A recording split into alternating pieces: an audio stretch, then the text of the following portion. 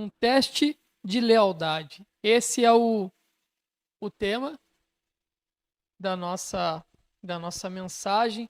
É o tema aí, é o penúltimo tema, na verdade, né, dessa série que a gente está fazendo do grande conflito. A gente terá apenas mais um tema após esse que nós vamos trabalhar hoje, um teste de lealdade.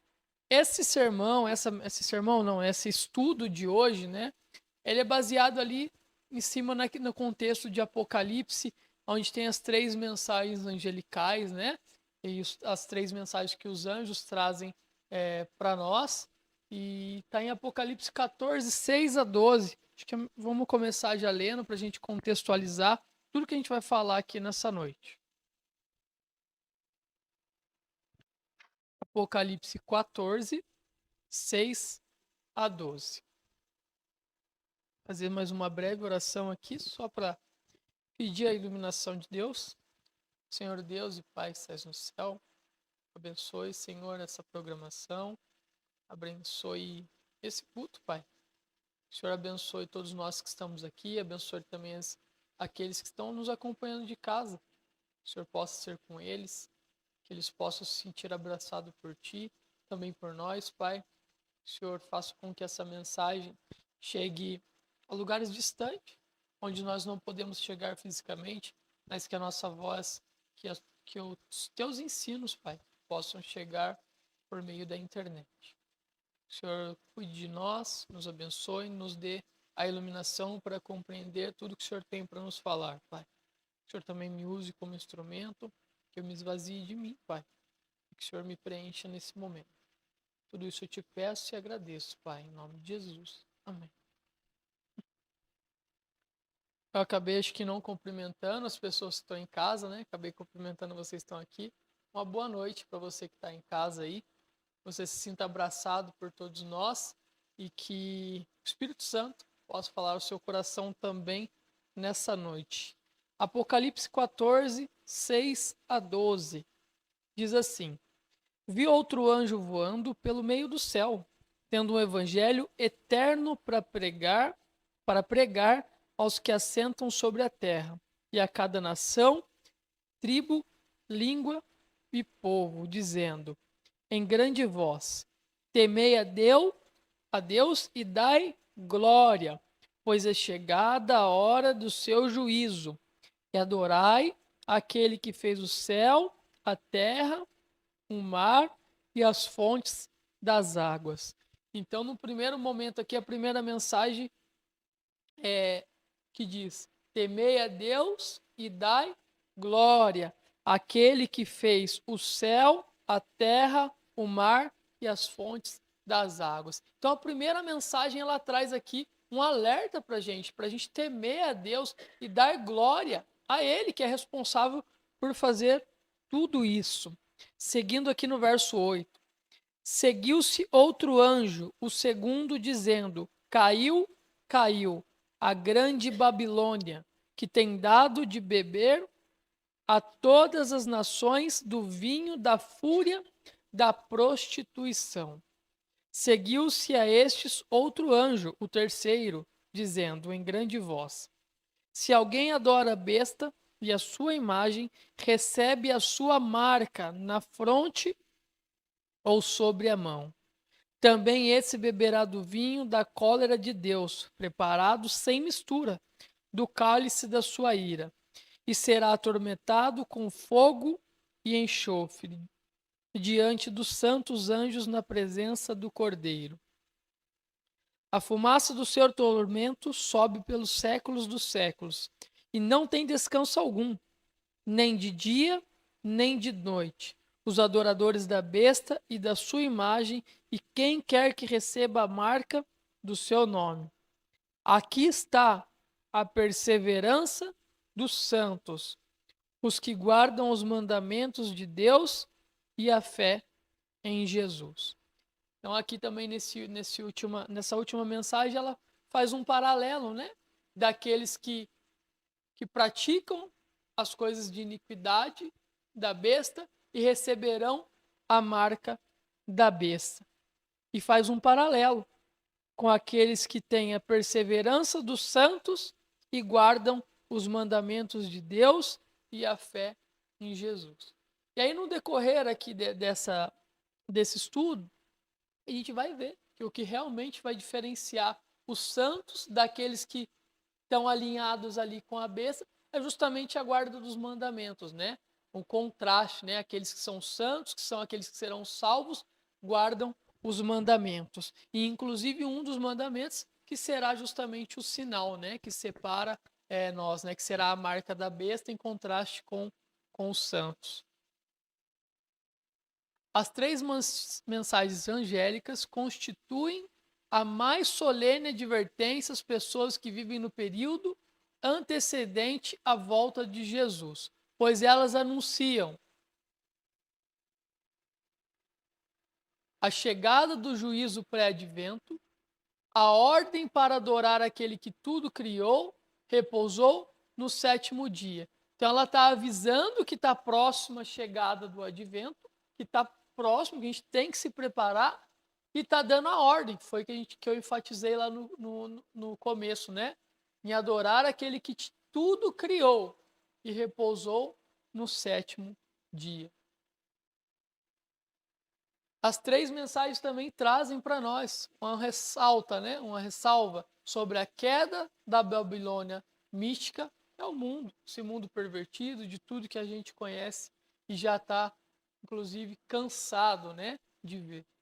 A advertência para não adorar a besta e a sua imagem. Então, aí foi o que a gente falou, né? Adorar a besta e a sua imagem, praticar todos aqueles atos de iniquidade que vão contra a lei de Deus, né? Então, se a gente tem alguma dúvida do que é adorar a besta, é justamente fazer o que está contrário na lei de Deus. A lei de Deus, ela é o nosso norte, ela é o nosso guia para dizer como a gente tem que agir para não estar ali, né, em conformidade com as práticas da besta e a sua imagem. A terceira mensagem apresenta as características do povo de Deus nos últimos dias. Foi aquela parte no final, né, no verso 12, que diz: aqui está a perseverança dos santos, os que guardam os mandamentos de Deus e têm a fé em Jesus Cristo. Essas são as características daqueles que são o povo de Deus. O selo de Deus e a marca da besta. Foi o que a gente falou, né? Que a gente vai ver o que significa, o que representa cada um. Aqui em capítulo 18, 1 e 4, ele traz aqui um pouco do que está em Apocalipse 14, 6 a 12, né? Só que dando uma enfatizada, né? Nas corrupções que entraram em Babilônia desde que a mensagem foi dada pela primeira vez. Eu vou ler aqui rapidinho, só para a gente contextualizar, 18, 1 a 4, que diz assim: depois dessas coisas, vi descer do céu outro anjo que tinha grande autoridade, e a terra se iluminou com a tua glória. Então exclamou com potente voz, dizendo: caiu, caiu a grande Babilônia e se tornou morada de demônios, covil de toda espécie de espírito imundo, esconderijo de todo gênero de ave imunda, detestável. Pois todas as nações têm bebido do vinho do furor de sua prostituição. Com ela se prostituíram os reis da terra, também os mercadores da terra se enriqueceram à custa da sua luxúria. Ouvi outra voz do céu dizendo: retirai-vos dela, povo meu, para não serdes cúmplice em seus pecados, para não serdes cúmplice em seus pecados e para não participardes dos seus flagelos. Então aqui ele está ressaltando o que antecede, né? Como os reis se corromperam, o que esses povos praticaram de iniquidade, de prostituição e tudo, e faz um alerta para que o povo de Deus, assim como será nos últimos dias, o povo de Deus vai estar no meio de tudo isso. Então Deus pede para que o povo de Deus se retire no meio de tudo isso aí, até para que não seja contaminado, né? E nem caia ali no desprazer, vamos dizer assim, de praticar as mesmas coisas, para que a gente não perca a nossa salvação. O grande teste para a humanidade gira em torno da lei de Deus. E nós, como adventistas, nós temos um privilégio, né? De ter informações e conhecimentos de que muitos por aí fora não têm. A gente está estudando a série do Grande Conflito, mas muito do que tem na série, às vezes a gente está pegando aqui um detalhe, um ponto ou outro que às vezes a gente não sabia, mas de um modo geral o contexto de tudo isso, de como vai acontecer, o que realmente separa o justo dos ímpios, a gente tem o privilégio de saber. O povo adventista é um povo privilegiado e a gente não só tem o privilégio, como a gente tem a responsabilidade de fazer com que as outras pessoas saibam também dessas informações, né? Então a gente sabe já desde muito, alguns aqui que cresceram, nasceram na igreja, já sabem desde muito cedo, né? Que o que vai separar e vai ser o grande teste é a lei de Deus. Aqueles que seguem os mandamentos de Deus e aqueles que criam suas próprias leis. Aqueles que dizem assim, né? Deus conhece o meu coração. Ele sabe que eu faço tal coisa, mas eu não consigo. Mas ele sabe que eu sou bom em outras coisas, né? O ser humano tem essa característica de muitas vezes querer ficar argumentando e justificando o seu erro, né? Quando seria muito mais simples se apegar a isso aqui, ó, que vai ser o divisor de águas no final dos tempos. Toda vez que as pessoas rejeitam a verdade, sua mente se torna mais sombria e seu coração mais obstinado. Continua a passar por cima de um dos 10 mandamentos até perseguirem aqueles que consideram a santa lei de Deus. Foi o que a gente estava falando aqui. Toda vez que as pessoas rejeitam a verdade, que elas sabem que o que elas estão praticando é errado, elas estão ficando com a mente mais sombria e o coração mais obstinado. E aí você vê muitas vezes, aí eles apontam, né? Ah, mas fica guardando sábado, e tal, não come carne de porco e tal. Assim, eles estão caindo no erro e estão se habituando com tudo isso, e aí eles começam a apontar, às vezes, o dedo para outra pessoa, talvez para minimizar o seu próprio erro, né? E aí está o grande erro. As pessoas rejeitam a Cristo pelo desprezo que demonstram a sua palavra e por seus seguidores. A despeito de se considerarem religiosas, usam a religião como disfarce para os piores males. Então, aqui eles usam da religião para poder ficar acusando os outros. A gente viu aí a história, né? Foi usado da religião para poder perseguir aqueles que não concordavam com as diretrizes da igreja no período, né? A igreja católica, a gente sabe que perseguiu aqueles que pregavam contra aquilo que eles determinavam que era o certo, em nome do quê? Em nome da religião. Falavam que o que eles estavam praticando, que é o que eles determinavam era o correto, porque eles tinham uma iluminação do próprio Deus, e quem estava falando ao contrário daquilo merecia ser morto, porque estava blasfemando contra o próprio Deus. E é o que a gente mais vê, pessoas que praticam o mal com base ali em sua religião. E um exemplo disso é isso aqui, ó. A aceitação das doutrinas de demônios através do espiritismo e do falso sábado no lugar do verdadeiro. Aí vale ressaltar, né, essa aceitação de doutrinas de demônios através do espiritismo.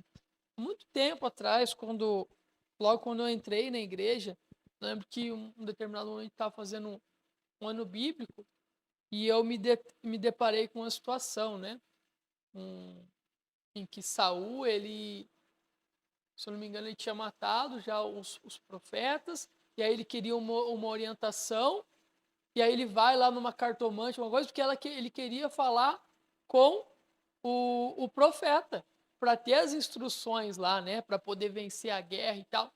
E eu lembro que ele falou, cara, mas como assim?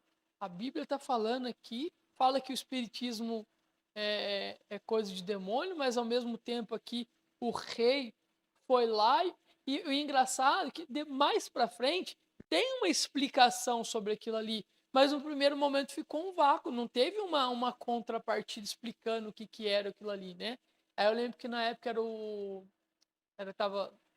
foi bem quando eu entrei na igreja, acho que era ele não estava formado ainda, né? Que era o pastor Júnior, que fez uma série aqui, que era um bem altão e tal, e ele foi visitar a gente em casa. E a gente falou, primeiro chegou lá, a gente já estava com essa passagem já separada. Explica isso aqui pra gente, né? Aí ele foi mais à frente e mostrou. E aí depois lá fala, né? Que o rei, em vez de confiar em Deus e se apegar, ele foi consultar cartomante, aí lá relata e fala que na verdade não era o profeta que aparecia, mas sim um demônio que se passava pelo profeta para poder ali responder. Então aí vem bem de encontro com isso aqui.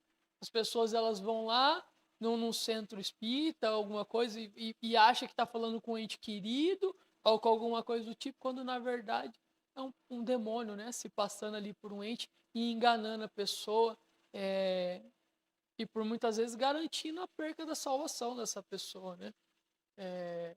E a gente sabe que quando a gente morre, a gente volta para o pó da terra e o sopro da vida volta para Deus, né? Até que Deus venha e nos, nos levante novamente caso estejamos salvos, né?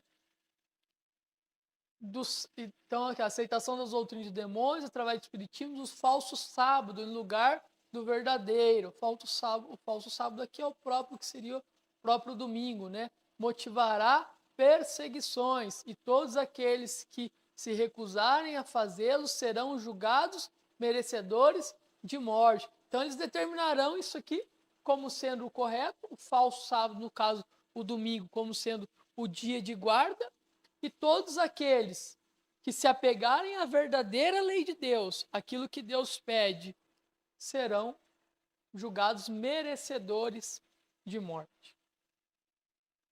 Em contraste com a lei de Deus, a lei de Deus requer que as pessoas honrem o dia de descanso do Criador, que é o sábado, o dia que o próprio Deus criou e santificou. É o dia separado para que a gente tenha uma união em família, um dia separado para que a gente pratique o bem ao próximo, um dia especial para que a gente tenha uma conexão especial com ele, né? Que a gente desacelere aquela nossa rotina cansativa e a gente se conecte a ele. Todos aqueles que menosprezarem a lei de Deus para obedecer a uma lei humana receberão a marca da besta. Porém, ninguém sofrerá a ira de Deus até que a verdade seja esclarecida, tanto a sua mente quanto a sua consciência, e a pessoa a rejeite. Então, mais uma vez ressaltando o que a gente já falou, o que vai separar é a lei de Deus, e aqueles que não obedecerem à lei receberão a marca da besta. Porém, nenhum deles receberá a ira de Deus até que tenha um esclarecimento total, tenha ali todas as informações necessárias para que eles possam julgar. E aqueles que receberão a ira de Deus serão porque eles realmente pensaram, avaliaram todas as provas, as situações que foram colocadas diante deles e mesmo assim julgaram que preferiam estar do lado da besta, né? Então, ninguém ali vai ser julgado sem ter uma plena consciência de tudo. A questão envolvendo a observância do sábado será o grande teste de lealdade. Embora honrar pai e mãe, não matar, todos esses seja relevante, o divisor de águas mesmo será a guarda do sábado, né? Esse será a grande diferença. Aqueles que se rejeitarem a trabalhar no sábado, a praticar outras coisas no sábado, esses serão marcados, terão a marca de Deus e aí então serão perseguidos. O elemento crucial será a lealdade, ou ao poder espuro de Babilônia, ou à palavra de Deus, ou à marca da besta, ou ao sinal de Deus. Então, o que vai determinar aí tudo isso aí é a lealdade. Vai ser colocada a nossa lealdade em xeque, né? Se a gente vai ceder às pressões e vai aderir lá o formato de Babilônia, ou se a gente vai suportar as pressões, seremos exemplo para o mundo de como ser leal a Deus. A verdade e o erro em conflito. Há aqueles que consideram ridícula a ideia de tolerância religiosa nos dias atuais. Porém, com a união entre a igreja e o Estado, esse último usará a sua autoridade para forçar a observância dos dogmas da coalizão religiosa. Intolerância religiosa, né? Muitos falam, né? Não é possível. A gente tem um país que é país laico, onde tem várias religiões, onde todo mundo segue o que quer, segue o que não quer. E como assim? Até parece. Brigamos tanto para conquistar isso, né? Foi com muito suor, muito sacrifício.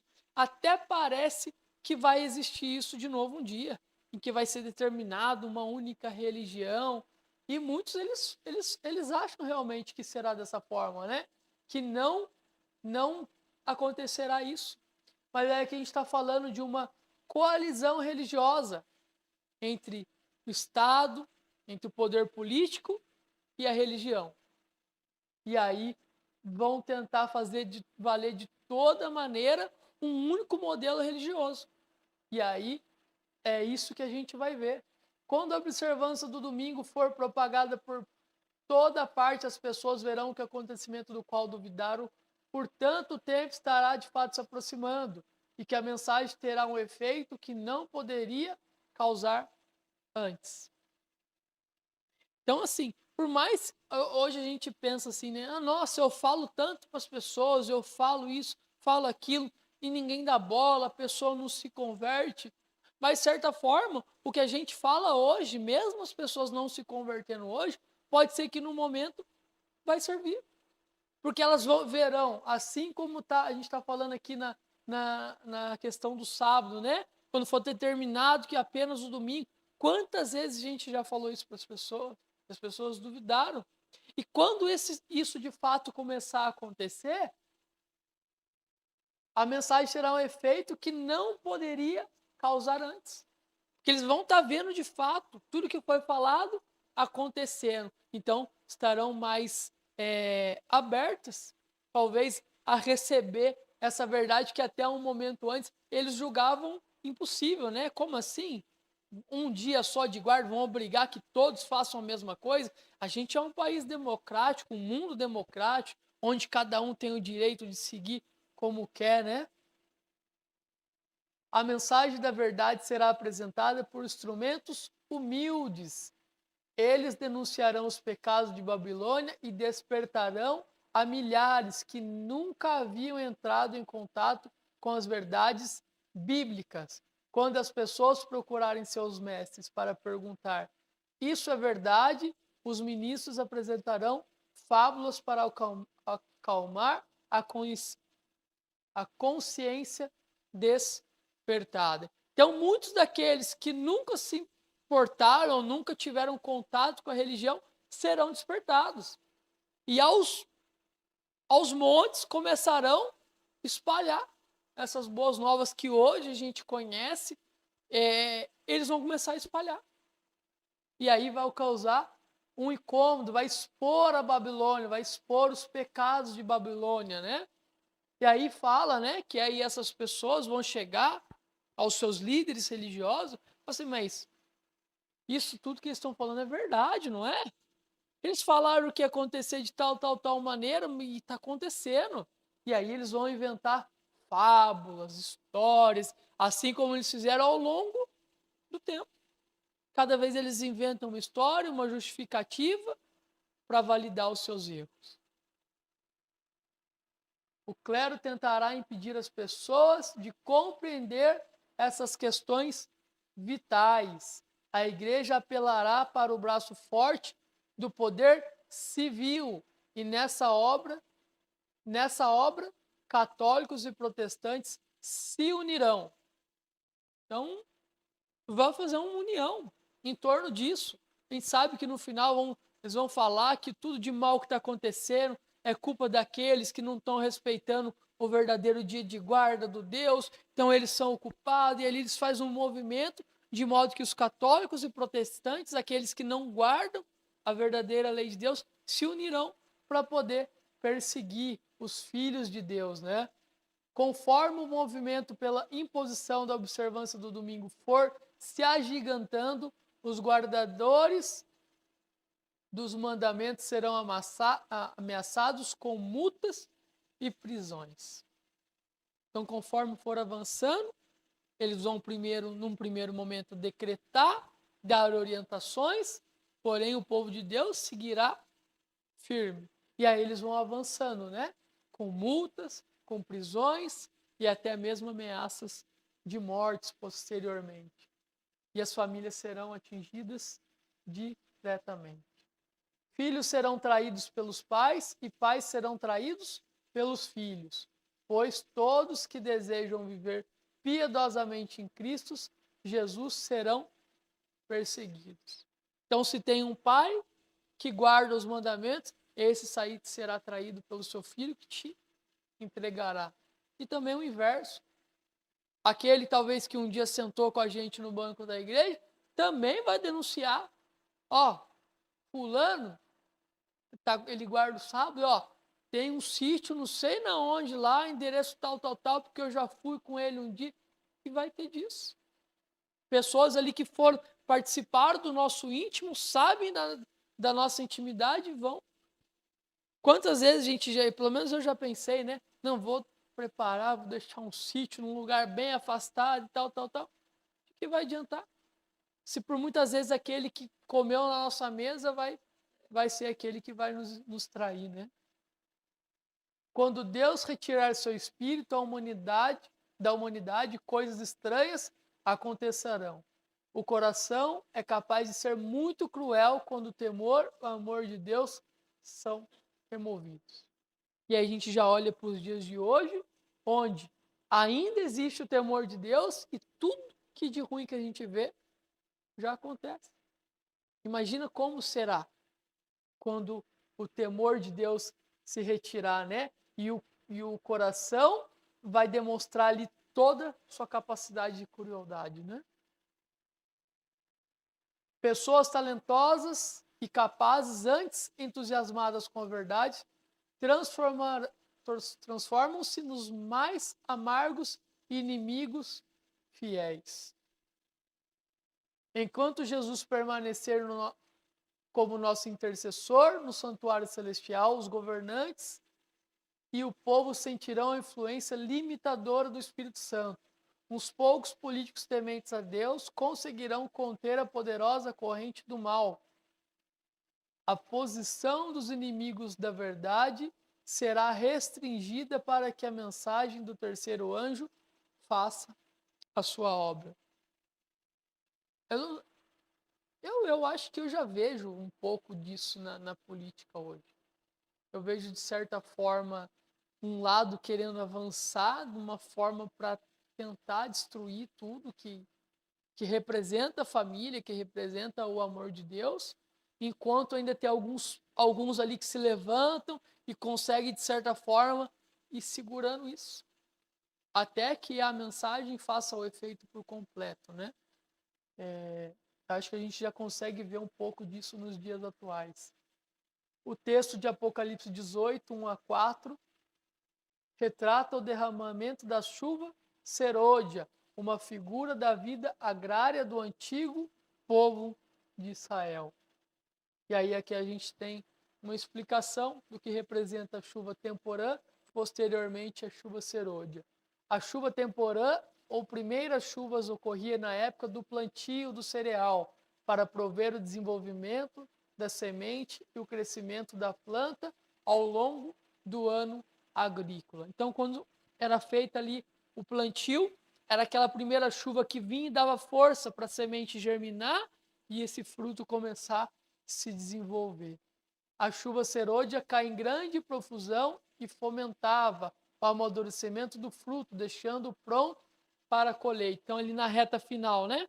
Na reta final, quando aquele fruto precisava amadurecer, vinha então a chuva serôdia que caía em grande profusão e dava aquela força, aquele vigor que faltava no final para ficar no ponto de colheita. A chuva temporã está ligada ao primeiro advento de Cristo e a chuva serôdia ao segundo advento. A chuva temporã preparou os primeiros discípulos para a disseminação do evangelho no seu primeiro estágio, lá em Pentecostes, como a gente bem sabe, foi derramado ali o Espírito Santo que deu força ali para que eles saíssem falando do amor de Deus. A chuva serôdia preparará os últimos discípulos para propagar a verdade em seu último estágio. Então, se a temporã era ali no início, a serôdia ela vai vir, o derramamento ali do Espírito Santo nos últimos dias para dar essa força, né? Para que a gente cresça e a gente dê os frutos, esses frutos que posteriormente Deus vai vir e vai recolher todos para morar junto com ele nas mansões celestiais. Poder da chuva serôdia. Servos de Deus com o rosto brilhando em santa devoção, correrão de um lado para o outro, a fim de espalhar a mensagem do céu. E aí eu fiquei imaginando essa cena, né? Servos de Deus com o rosto brilhando em santa devoção. Eu não imagino que literalmente o nosso rosto vai brilhar como luz, mas eu acho que você vai olhar para o rosto dessa pessoa e talvez você veja exatamente essa feição, né? De alegria, de felicidade, de entusiasmo, contando para todo mundo que Cristo está voltando, para eles se prepararem e tal. E eu acho que não vai ter perseguição, não vai ter nada que vai tirar esse brilho aqui do rosto de todos nós, né? Milagres acontecerão e doentes serão curados. Satanás também realizará milagres enganosos, chegando a fazer fogo descer do céu. Essas coisas levarão os habitantes da terra a escolher um lado. Eles verão, então, o povo de Deus curando, fazendo milagre, e assim também Satanás fará ali, né? Assim como foi lá no Egito, enquanto Moisés fazia ali as coisas para poder provar para o faraó que era realmente obra de Deus, os seus magos lá também, com as suas magias, coisas demoníacas, também conseguiam fazer algo do tipo para confundir a cabeça de faraó. E assim também será nos últimos dias. Satanás também vai confundir, assim como ele faz nos dias de hoje, né? Ele confunde a nossa cabeça, confunde a cabeça do povo, e eles não conseguem saber o que é o certo, o que é errado, e aí fica nesse conflito, não sei quantas mil religiões diferentes, cada uma pregando uma coisa, justamente para fazer essa bagunça na cabeça do povo, de modo que eles escolham o lado errado. Mas aqueles que estão preparados, né? Assim como nós buscamos estar preparados, saberemos, né? O lado certo para escolher. Chuva temporã, aí a gente vai ter um paralelo aqui. Primeiro advento de Cristo, Espírito Santo derramado sobre os primeiros discípulos. Fortalecimento da igreja primitiva, era aquela força, aquele primeiro ali, aquela primeira chuva, né? Aquele primeiro incentivo que eles precisavam para dar aquele pontapé inicial e começar a igreja. Chuva serôdia, segundo advento de Cristo, Espírito Santo derramado sobre os últimos discípulos, somos nós. Fortalecimento da igreja remanescente, também acreditamos que somos nós. Qual que é a conclusão que a gente tem de tudo isso? As três mensagens angélicas apresentam a mais solene advertência já conferida ao mundo. Elas nos ordenam adorar a Deus e guardar os seus mandamentos nesse tempo do juízo pré-advento. Então, se ao mesmo tempo ali ela faz uma ressalva para aqueles que adorarão ali tudo que for imposto por Babilônia, ele já fala, para você estar do lado certo, é os mandamentos de Deus. É a lei de Deus que você tem que seguir. Seguir aquele que criou os céus e a terra. Elas nos conclamam a deixar os sistemas falidos de religião, a Babilônia mística. Elas nos advertem quanto ao sinal da besta e a sua imagem. A gente está cansado, talvez, de saber, e talvez isso já esteja enraizado dentro de nós, e eu acho que eu já não preciso mais saber disso. Cabe a nós a levar para as outras pessoas, para que elas também conheçam tudo isso que a gente está conversando aqui, saibam discernir, saibam diferenciar e saibam escolher o lado certo. E apresentam as características do povo remanescente. Guardam os mandamentos de Deus, inclusive o sábado, porque não adianta você guardar 9, tropeçar em um, né? E tenha fé em Jesus. A mensagem de Apocalipse 18, 1 a 4 é a proclamação das 3 mensagens com vigor da chuva serôdia, do Espírito Santo derramado sobre o povo de Deus. Na ocasião, os poderes do Estado e da Confederação de Igrejas promulgarão estatutos contrários à lei de Deus, e as pessoas terão que decidir entre a marca da besta e o selo de Deus. Então será determinado, feita uma lei ali, determinando que a guarda, que tem que ser o dia de guarda é o domingo, e todos aqueles que não guardarem o domingo serão, então, talvez, aqueles que não seguem a Deus perante aos olhos desse povo, né? Dessa união.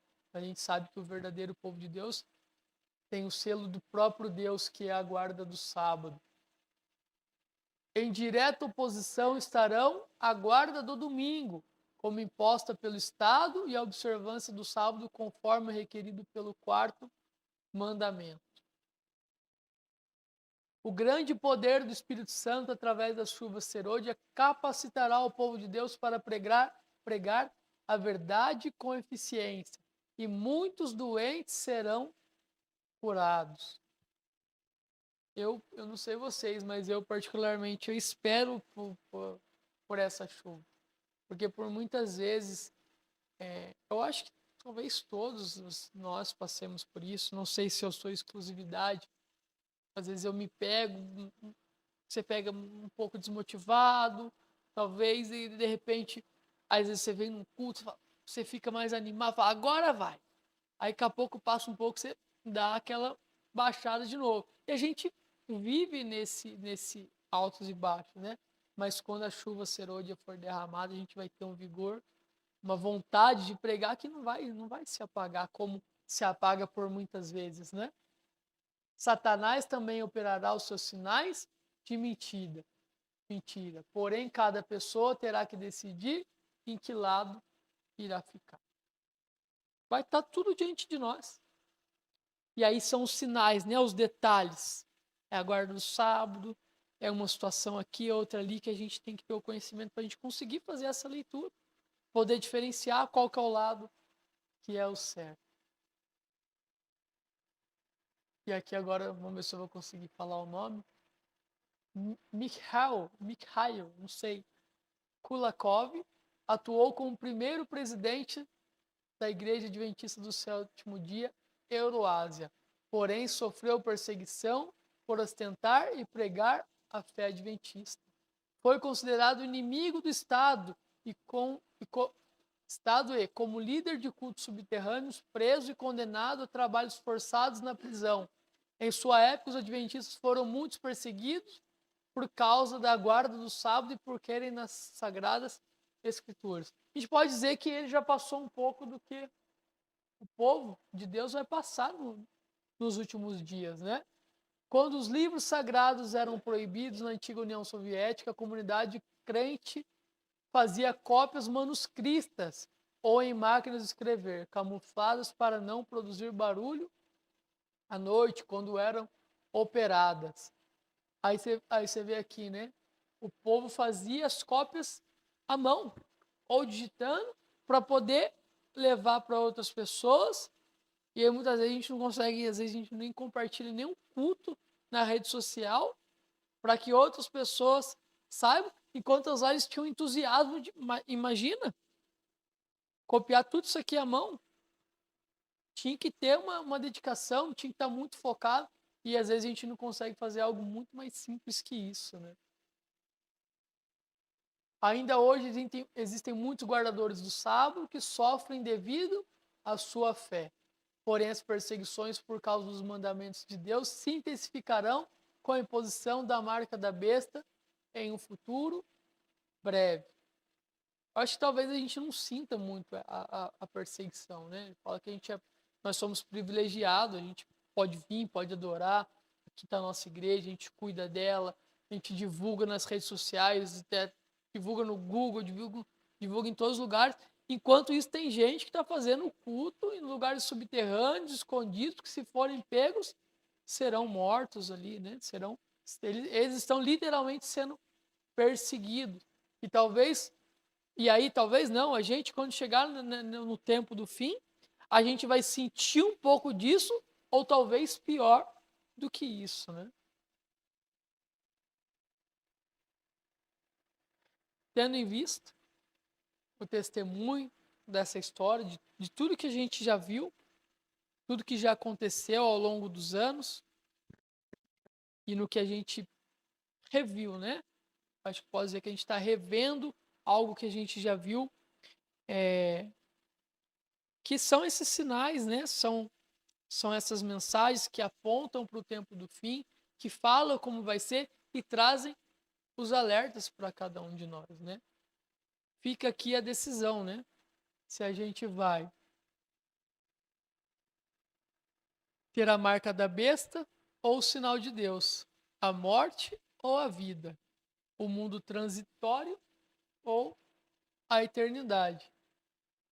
Escolha o selo de Deus e viva. Mas eu acho que para nós, muito mais do que escolher o selo de Deus e viver, é criar oportunidades para que outras pessoas também tenham a capacidade de escolher o selo de Deus, né? Quando tiverem que escolher. Eu acho que talvez esse seja o nosso maior papel. Eu acho que lógico que eu quero a salvação, mas no final de tudo, se eu conseguir levar mais pessoas para junto de Deus, acho que vai valer mais do que talvez a minha própria salvação, né? Então, que Deus capacite cada um de nós para que a gente fale do amor dele, que a gente não meça esforços realmente para poder levar a mensagem. Como eu acabei de falar aqui, às vezes a gente deixa de fazer algo simples, enquanto a gente vê na história que pessoas fizeram muito mais, sofreram muito mais e mesmo assim não desistiram. Foram até ali, talvez sua última gota de sangue, seu último suspiro, para que as pessoas conhecessem o amor de Deus. Esse é o apelo para nós e que isso sirva já de motivação para a nossa semana, que a gente reflita sobre isso. Todas as vezes que a gente se deparar com uma oportunidade de falar do amor de Deus, que a gente não hesite, né? Que a gente fale do amor de Deus.